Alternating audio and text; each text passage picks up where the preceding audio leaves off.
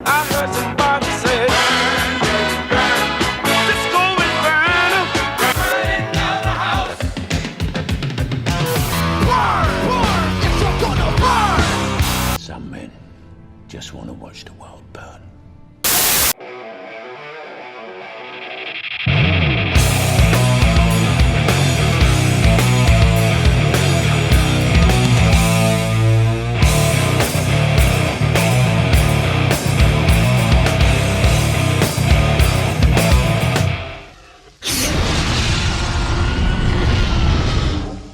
Welcome, Wasteland Warriors, to Gaslands UK Car of the Month! The longest-running, most explosive post-apocalyptic die-cast modding contest is back, and it's bigger than ever. This month, the fires are roaring, and the stakes are higher than a rocket-powered buggy at full throttle. Here at Gaslands UK, the creativity never stops, whether you're slapping on spikes, painting flames, or crafting intricate death machines. This is the place to showcase your talent. Remember, the competition is fierce, the builds are epic, and the bragging rights absolutely priceless. So, buckle up, because it's time to dive into this month's fiery theme. Open fire! Let's see who will rise from the ashes as the November champion. This month's contest is proudly sponsored by the incredible Hayland War Game Terrain. A name every hobbyist should know. These legends have been a cornerstone of our community, providing top-tier 28mm wargame figures and an extensive range of parts for Gaslands enthusiasts. From sturdy armour and vicious weapons to those essential greeblies that add the perfect touch of post-apocalyptic chaos, Hayland has it all. And if you're a fan of pop culture, you'll love their horror movie-inspired miniatures and hilarious Monty Python-themed miniatures. So, whether you're gearing up for a battle or looking for something truly unique for your collection, make sure to check out Hayland Wargame Terrain. Massive thanks to them for their continued support of the Gaslands UK community. Remember, the 5th of November. Gunpowder, treason and plot. This month, Gaslands UK is turning back the clock to 17th century England, drawing inspiration from Guy Fawkes' Night, a fiery tradition steeped in history, rebellion and spectacle. Depending on your perspective, it's either a celebration of thwarting a daring plot to blow up the King and Parliament, or a nod to the audacity of attempting such anarchic chaos. Either way, one thing is certain, November the 5th is a night where fire, explosions and rebellion take centre stage. For this month's theme, Open Fire, we're calling on you to unleash your creativity. Picture vehicles bristling with flamethrowers, exhausts roaring with fire, and infernal machines burning as they blaze across the wasteland. Whether it's a nod to the Order of the Inferno, a bonfire-topped car complete with a guy, or explosive barrels strapped to a rolling death trap, we want to see your imagination run wild. So grab your matches, fuel up those flamers, and let's ignite the wasteland with your infernal creations. Let's take a look at Hardo Pajus' fire engine. This solid-looking truck is bringing great Fahrenheit 451 fireman energy and some lovely flame effects. We'll start with the build. The base vehicle is a good choice for the theme, and you've made good use of the implements of Carnage sprues. The large front bar grille gives the vehicle a good sense of weight and a utility vibe, and the air scoop on the hood adds some more detail to what otherwise would be a very square and boxy build. The launchers on the rear work well too, and blend in nicely with the X-Fire engine theme. They could almost be original parts of the working pump. I'm less convinced by some of the added armour panelling. I do like the bent sign, and I really like that the armour is riveted or welded in place. That's a really nice detail, but a lot of it is very thick and slightly out of scale with the rest of the vehicle. The tyres are an odd choice too. A truck like this is crying out for some chunky off-road high grip utility tyres, and these appear to be racing slicks, and that disconnect undermines that robustness that you otherwise have going on. On the paint job, the red is pretty solid and well done. The weathered red and white stripes are a little too messy for my liking, and rather than looking like chipped paint, it ends up looking a little too splodgy. so that could have done with a little bit more finesse in the weathering.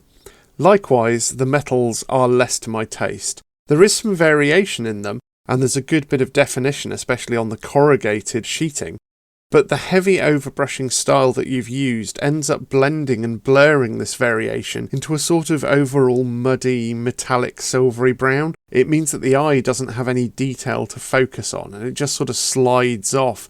Likewise, where you've got metal chipping and wear on the rear corners of the vehicle and the smoke canisters, it looks like you've just painted silver over the red. And unfortunately, this doesn't look like real weathering, it just makes the red a bit silvery.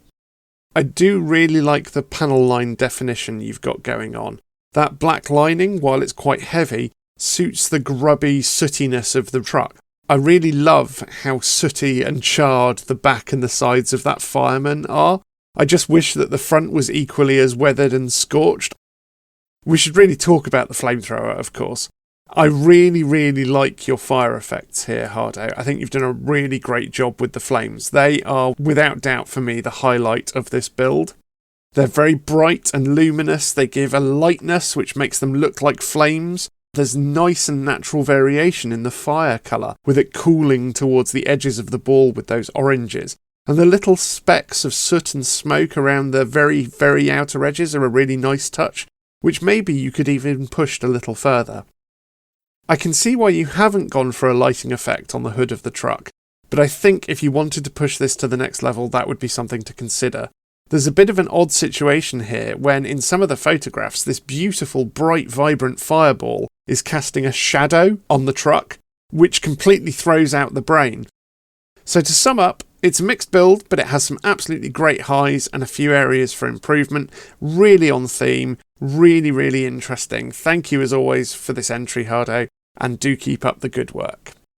This month, I'm going to be reviewing Nick Kitch's build, and he's based this on the Hot Wheels Hero Hatter Merc, which is a custom 1951 Mercury Club Coupe, and is an iconic custom car built in the 1950s for a Japanese-American veteran and businessman. So a number of things I really like about this build. Some lovely little details that Nick has put in here. Quite unusual, the exhausts coming out at this angle from the bonnet. I really like that. Often they are below the car. You don't often see them coming out of the top of the bonnet at this angle. I really like the blue flames coming out the top. They are a great contrast to that fiery paint job on the front of the bonnet. A bit of object source lighting there, a bit of OSL going on. That's quite well done. This is such an original idea. I really love this driver whose arm is held aloft out of the window with this flaming torch ready to light the fuse on what is presumably a huge barrel of gunpowder that is strapped into the boot of this vehicle. That's excellently done. I love the fuse, the way it is strapped onto the car, the way it's attached is nicely done. Could have done maybe with a bit of weathering on that chain. That's a bit of rust maybe. There's a great little tiny detail. The back number plate reads boom.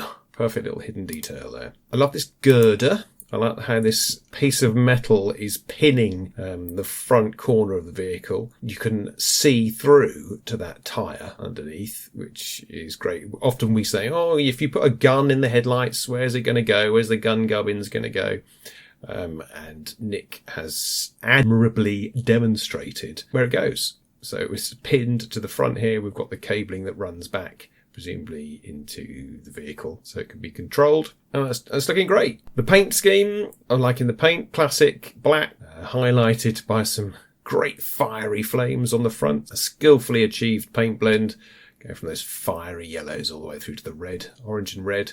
Great rust spotting about the vehicle, and some lovely dust and scuff marks all about the place. Congratulations, Nick. Up to your usual standard, this is a corker.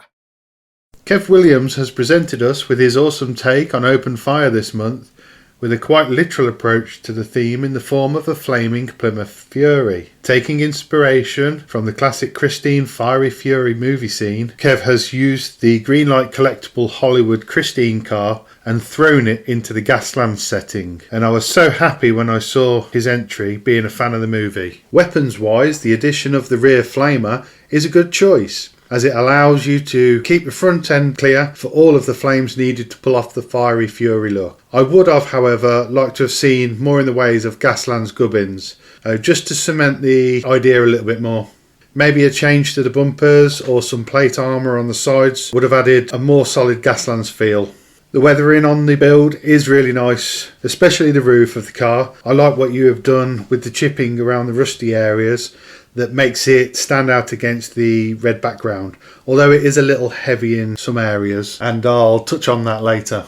Now let's talk about the flames. This was very ambitious, and I commend you for what you have achieved within the timescale. Some of the flames are fantastic and show movement and really add to the narrative of the fiery car speeding around the track, but others, especially around the doors, lack the movement and look odd and somewhat blobby. The flames up the doors just don't have the same movement as the other flames and make the whole car look static. The flames are painted okay, but I'm not a fan of the white within the flames, because along with the heavy white edging to the rust spots, the white stripe and the white roof, it has made the car look a little washed out. I probably would have gone with an orange wash just to change that. You didn't use white on the windscreen flames, and they look a lot better for it. I like the idea you've tried with the flames inside the window, but it may have looked better with mesh on the windows to bring it more into the Gaslands setting. Overall, it's a solid build, Kev, and I might just give it a go myself one day. Keep up the great work, buddy. Alright, how you doing? This month I'm looking at Tom Brown's build. He's definitely brought some heat to the waist with his customised 78 Matchbox Fire Chief. An interesting rugged racer combined with a flame-engulfed platform for torturing or sacrificing your enemies. I do worry about Tom's mental well-being.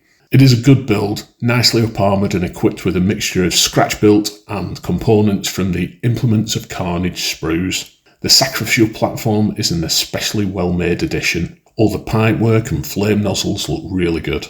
There's some good work gone into the rest of the car too, the exhaust, corrugated armour and fuel barrels being some of the highlights. There's a nice contrast on the paint job between the cool blues of the car and the warm hues around the platform. I do think the car could have done with a bit more contrast though. The blue, green and silver need a bit of something to break them up a bit. Maybe some rust on the exposed metal or the fuel lines being in a different colour. This will break up the car and make it a bit more visually interesting. It would also make the transition to the platform less abrupt.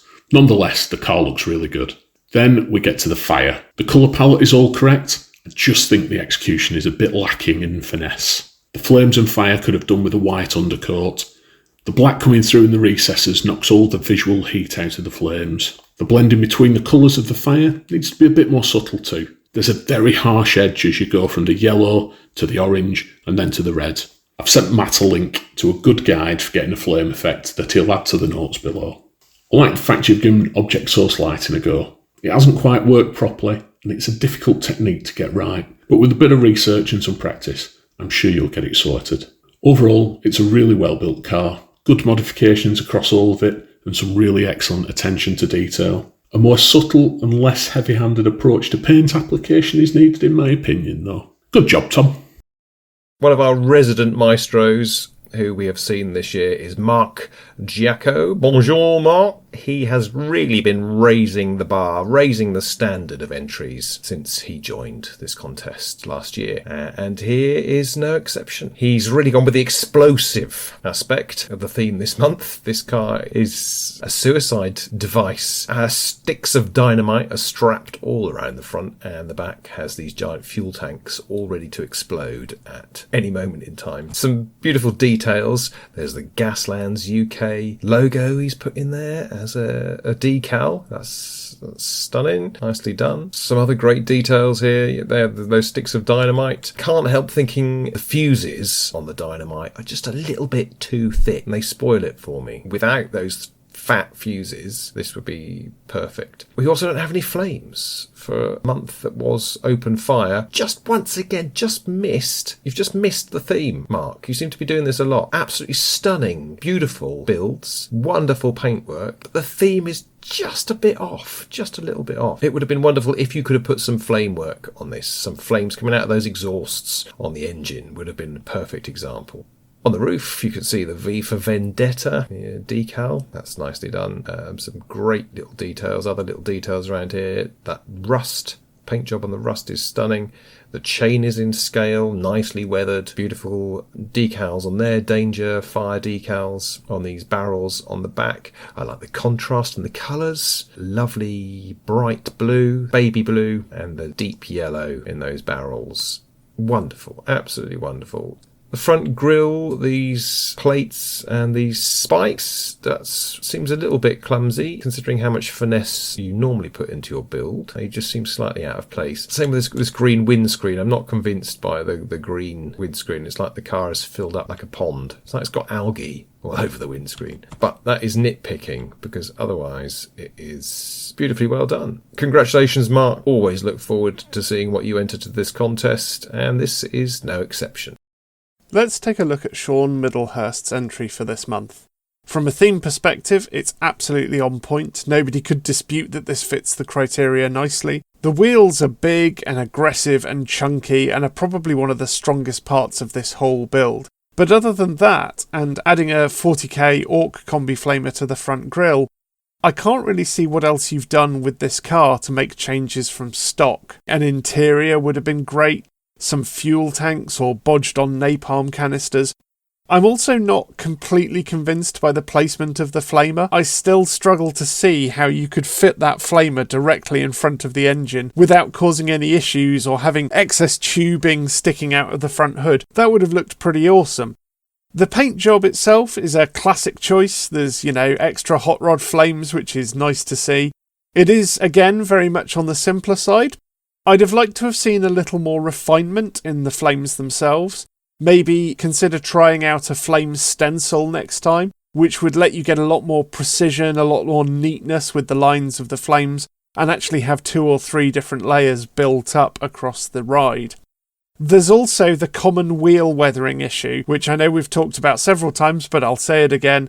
It looks like these wheels have been dry brushed or overbrushed with the brown paint for the dirt, which means that most of the dirt is on the raised areas of the tyre rather than being dug into the tread and impacted into the wheel. And this is a very common mistake, and it's one that can really easily be rectified by, rather than dry brushing dust onto wheels, just using washes or thinning down your paints and then applying them where there would be a build-up of mud and dirt and oil and grime and bits of other racers.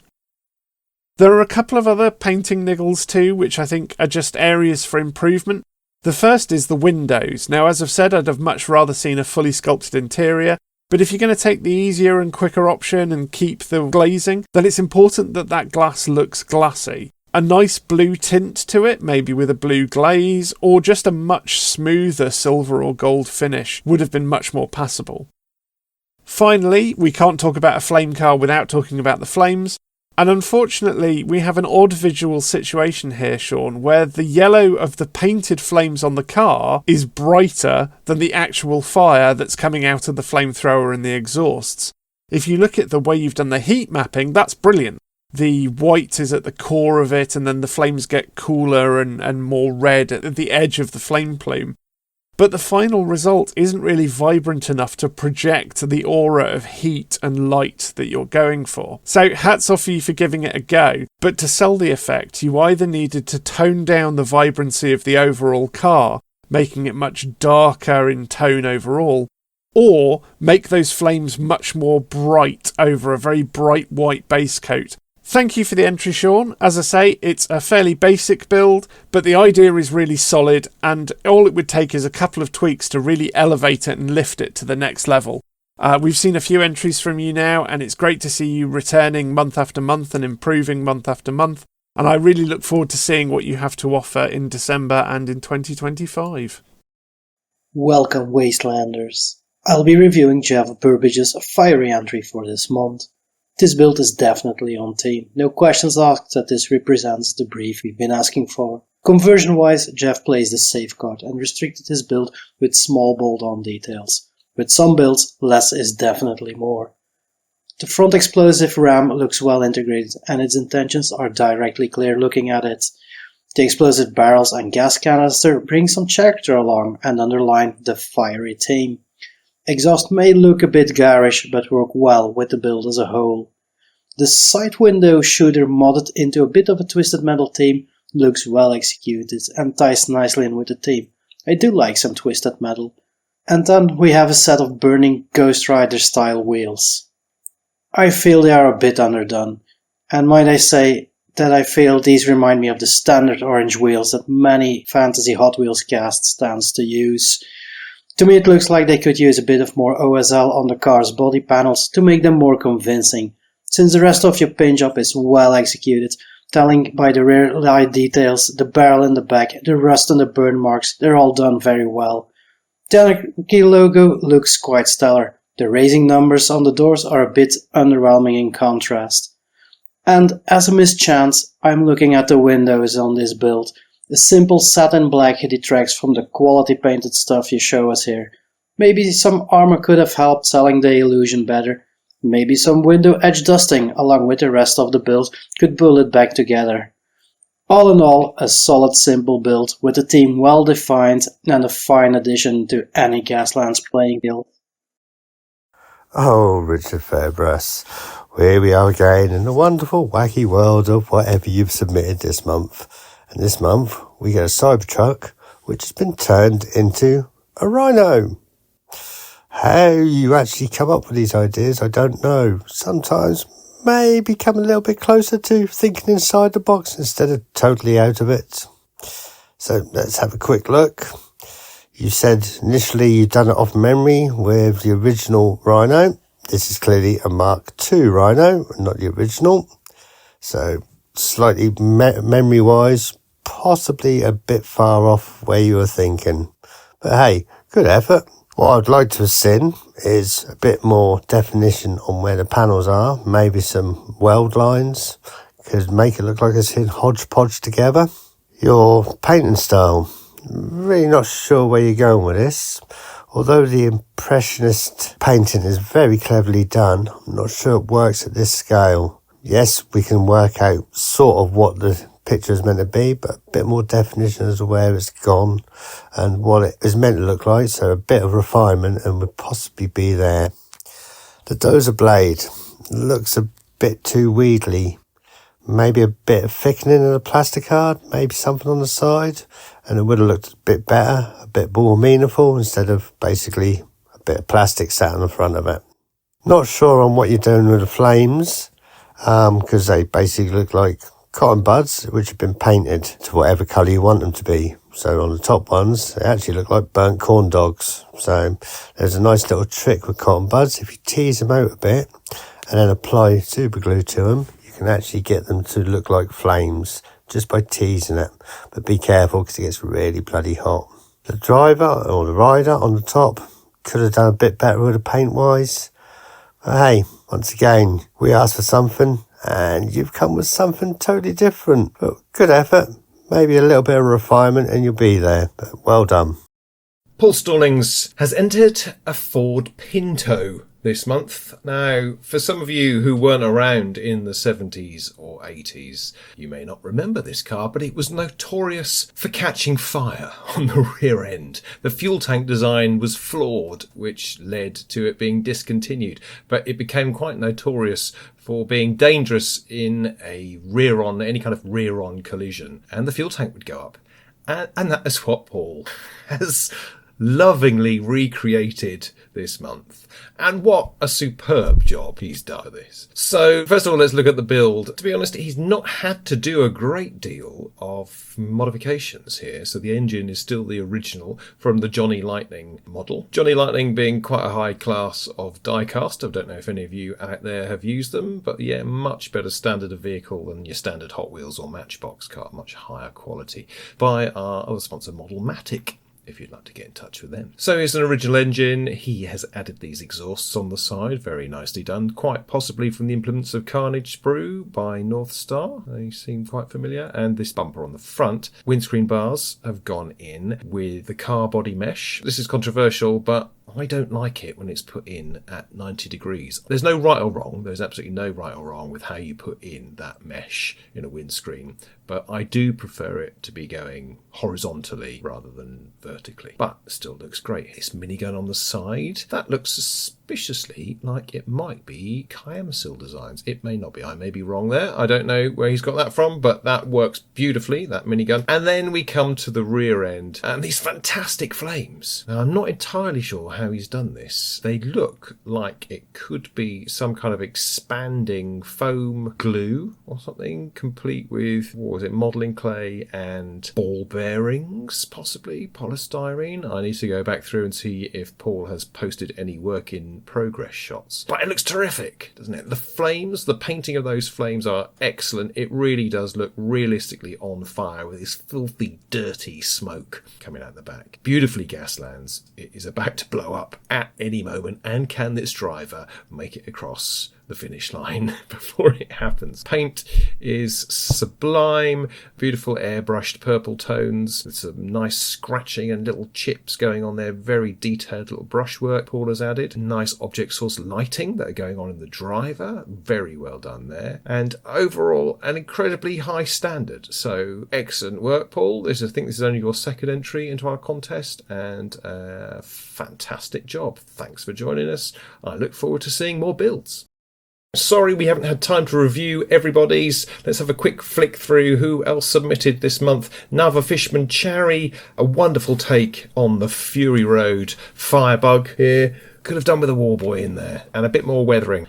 Jorrel Bessie did this old 1950 style truck with some chunky Hayland terrain bits and bobs on there. Shame it looks slightly off scale, and that flame work is a bit plasticky. They look like wet flames. Martin Page produced a solid effort. Again, a bit of strange mix of scales here. We've got a tanker from a smaller scale vehicle, but I love that red solid effort there. Could have done with some flames. Well done, Martin. Richard Hubbard has gone to town with his flame work on this sports car with a huge flamer on the roof. And Robin Bonifay has done a school bus. Again, slightly off scale it feels with this one, but still a great job. Well done.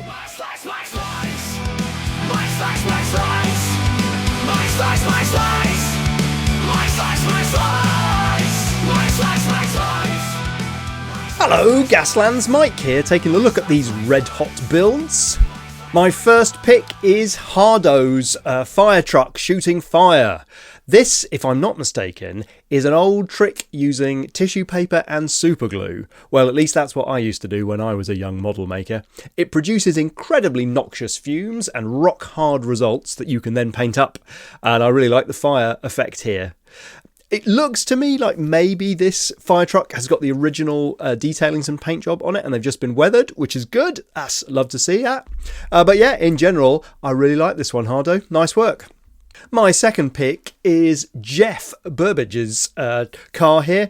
I'll be honest with you, the first thing that caught my attention about this was the lovely painting on the barrel. Of course, love the wheels, but the main event is this burning, hair, skull-faced, shotgun-wielding passenger leaning out the side there. That's a really, really cool focal point. I don't know where that Mini comes from.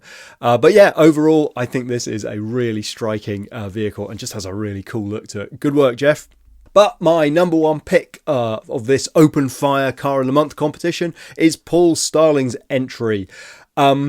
It's clearly a racing driver. He's got racing stripes and a racing helmet, but he's on fire. So obviously he's just won the race or is in the process of winning the race before he explodes in a ball of fire, and all is right in the world of Gaslands. Excellent work, Paul, and thanks for everyone's entries. All right, catch you later.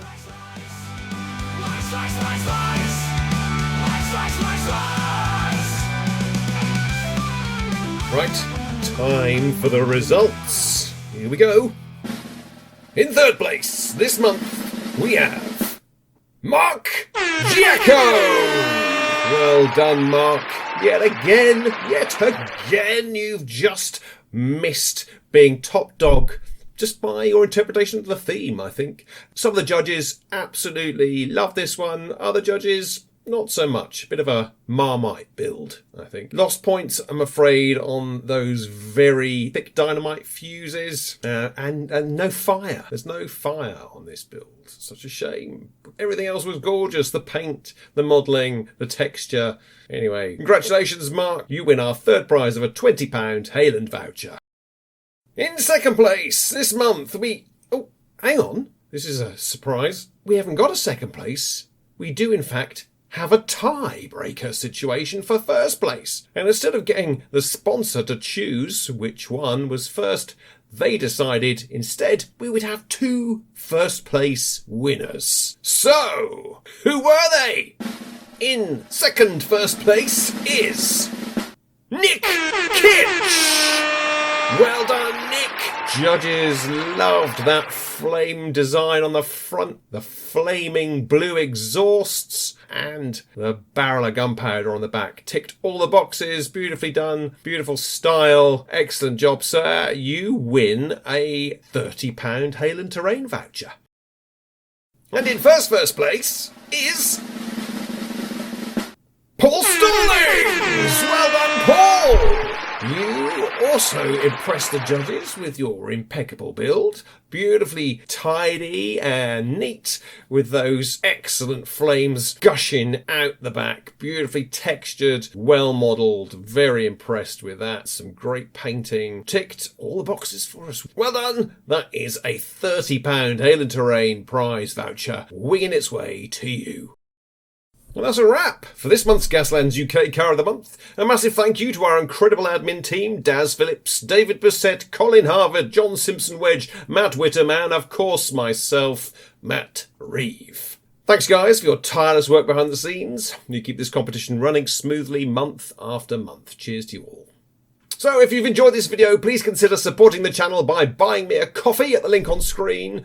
Every contribution helps to bring you more explosive contests and videos. And don't forget to check out the fantastic merchandise in our shop. Grab yourself a Gaslands branded t-shirt, hoodie or mug to rep your wasteland pride in style. Looking ahead, next month's theme is technicals. Those iconic converted pickup trucks turned into post-apocalyptic war machines, so start brainstorming now because it's going to be everlast. And don't forget, the much anticipated Car of the Year video is just around the corner. We'll review the top builds of 2024 and crown an overall champion who'll take home the coveted custom printed Car of the Year 2024 t-shirt. It's going to be epic! Until next time, keep crafting, keep painting, keep those engines roaring, stay creative, stay savage, and we'll see you back here next month, only on Gaslands UK Car of the Month.